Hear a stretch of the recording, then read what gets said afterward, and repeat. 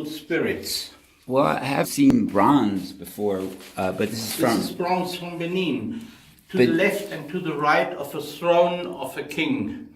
Only very rich kings could afford that. And you see the bronze is the old style, not in one piece. One, okay. 2, 3, 4, 5, 6 pieces. Right. And then put together. What era would you say this is from? They're around 80 years old. This is 80 years old.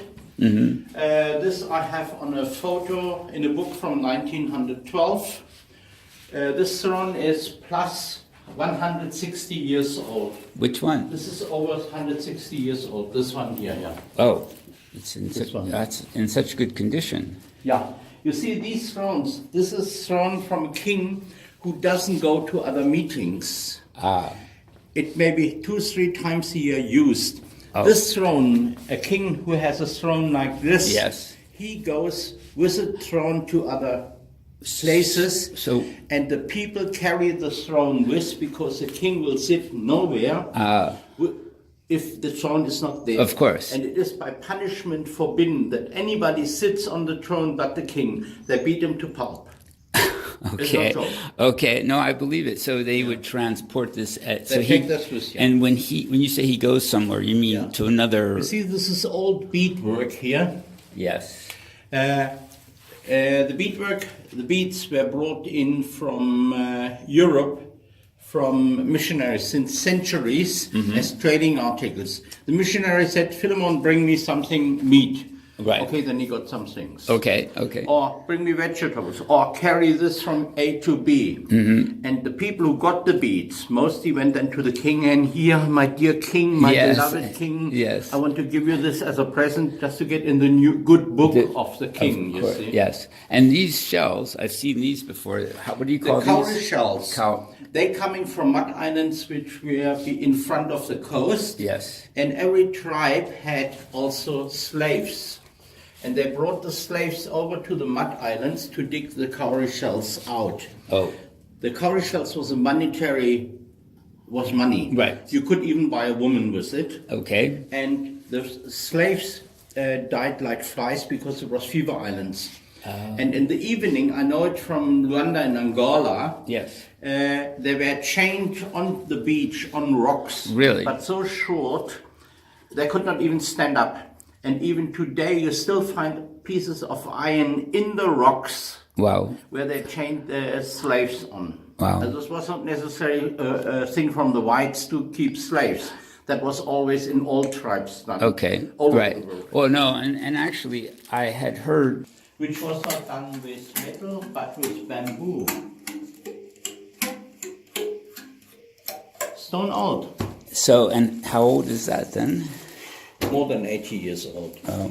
I mean, 80 years ago, they had already metal. Huh? Right, right. And why I get these pieces? Yes. When a king dies, the firstborn son inherits the whole kingdom, including the women. Okay. Now, the pieces, all the stuff from the king, the personal pieces from the king, he keeps. He has new things done. When the time comes that they need money, they don't get any support from the government. They have to help themselves. So they decide with the eldest or with the village, what do we sell? And every royal king has a trusted family with whom he deals, near friends, with whom he deals in centuries. Goes from father, to son, to son, to son. And then they give these people the pieces and say, go, sell them and send us the money. Okay. And I'm befriended with some of them. And we do a deal, and it's fine. And I have a lot of friends. I have a lot of invitations up there, also from kings. I don't have the time. What's your name? I have Hardy. Hardy. You said that, yes. Yeah. Okay. And but I don't have the time. I'm the only one who can translate in 5 languages and has here the knowledge about that. I can talk the whole day. Where do you come from? Germany. Okay. But it's my passion. You see, when I came to Africa in 1987, I saw how a black person carved a kist with a piece of glass. He cloth around and he scraped off piece by piece. Right. And that fascinated me, and somehow it clicked, and since then I'm in African art, and now I think it's not many people in South Africa who know more about African art than me. Well, this is some of the most amazing art I've seen anywhere. A throne like this is in the Museum Barbier Müller in Geneva. Mm-hmm. But only the throne. This is a complete throne with a footstool, with a stool of the queen, with the ceremonial masks, which are hardwood, and they are put on top of the head. On top of the head. On top of the head. No?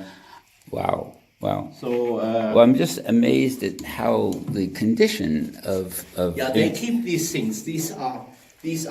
It's like with a throne of Queen Elizabeth in England. Yes. It's not always used. 2-3 times a year maybe. Right. And they keep it dry and. Wow. That's an old cloth where he covered himself. Well, and it seems like, I mean, even the price you have seems very reasonable for this kind of thing. The price includes packing. Yes. It's packed in Cape Town by a professional packing company. They work also with galleries and museums. Right. Insured. This is insured for 300,000 rand, which cost me. Then it's fumigated against wood-boring insects and flown over to the next commercial airport from the customer. Okay. And there is no risk involved because I don't play it footsie. I'm very German and I'm very straight. And I don't want to lose my good name. Right. Well, it's true. And actually, I'm recording this because I want to tell other people that this exists, because it's not well advertised. And everybody who comes here is, look, I'm waiting for a hall to be built here. Everybody who comes here and wants to see it, gladly, they don't have to buy nothing in my shop. But for me, it's a passion. Yes. I'm gladly talking and telling. Right. And I enjoy it much more than grabbing some. Well, I think if you made it even into a museum and gallery, of course. So you're having a hall built for this. I have pieces like even the Hammond Gallery in New York has. No joke. Yes. Well, of course you have the contacts, and that's. Yeah. And you see, if you want to see this throne, I don't know if you can. That's a Bamileke king. This is what? Bamileke is one of 240 tribes in Cameroon. Oh. You see, this is a throne here. That is and the in throne. 1912, yes, he got an Austrian couple visitors. Yes. And the woman made a photo from the king, her husband, and all the dignitaries. And the husband put his foot on the footstool of the king. Oh, okay. It came to a revolt. The king didn't mind, but the people minded because it was actually disregarding the king. Yeah, sacrilege or something. Wow, it's fantastic. You see, this mask, for example, 8 generations old. If I'm only talking of 20 years per generation, we're talking 160 years. Also a mask which is put on top of the head. This here, interesting. It's a royal figure with the elephant, as it's a royal figure. And when the king gets born a son, the navel string gets put in here, and that figure watch guards the navel string, because if the navel string falls into the wrong hands, it can harm the child.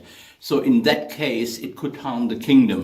I see. And because I've heard that in tribes, it's buried. And they put it also around the wrist, Zulus, for example. I had once a figure, it was a statue with a big stomach and a hole inside. And that was used to put the navel string in. And that figure had a St. Christophorus cross necklace around the neck, so saying what's good for the whiteys or the Christians can't harm us either. You see, that's it. I think that